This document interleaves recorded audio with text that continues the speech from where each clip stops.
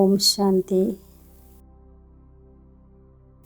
ത്രികാലദർശിയും സാക്ഷി ദ്രഷ്ടാവും ആയി ഓരോ കർമ്മം ചെയ്യുമ്പോഴും ബന്ധനമുക്ത സ്ഥിതിയുടെ അനുഭവത്തിലൂടെ ദൃഷ്ടാന്തരൂപം അഥവാ എക്സാമ്പിൾ ആയി ഭവിക്കട്ടെ. ത്രികാലദർശി സ്ഥിതിയിൽ സ്ഥിതി ചെയ്ത് കർമ്മത്തിൻ്റെ ആദി മധ്യ അന്ത്യത്തെ മനസ്സിലാക്കി കർമ്മം ചെയ്യുകയാണെങ്കിൽ യാതൊരു കർമ്മവും വികർമ്മമാകാൻ സാധ്യമല്ല, സദാ സുകർമ്മമായിരിക്കും.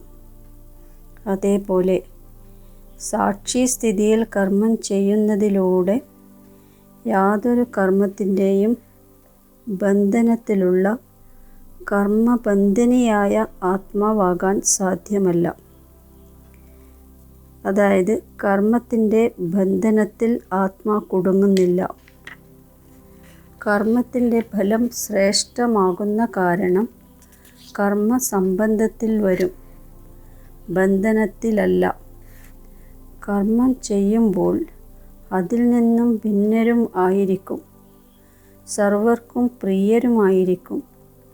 അപ്പോൾ അനേക ആത്മാക്കളുടെ മുന്നിൽ ദൃഷ്ടാന്തരൂപത്തിൽ, അതായത് എക്സാമ്പിൾ ആയി മാറും.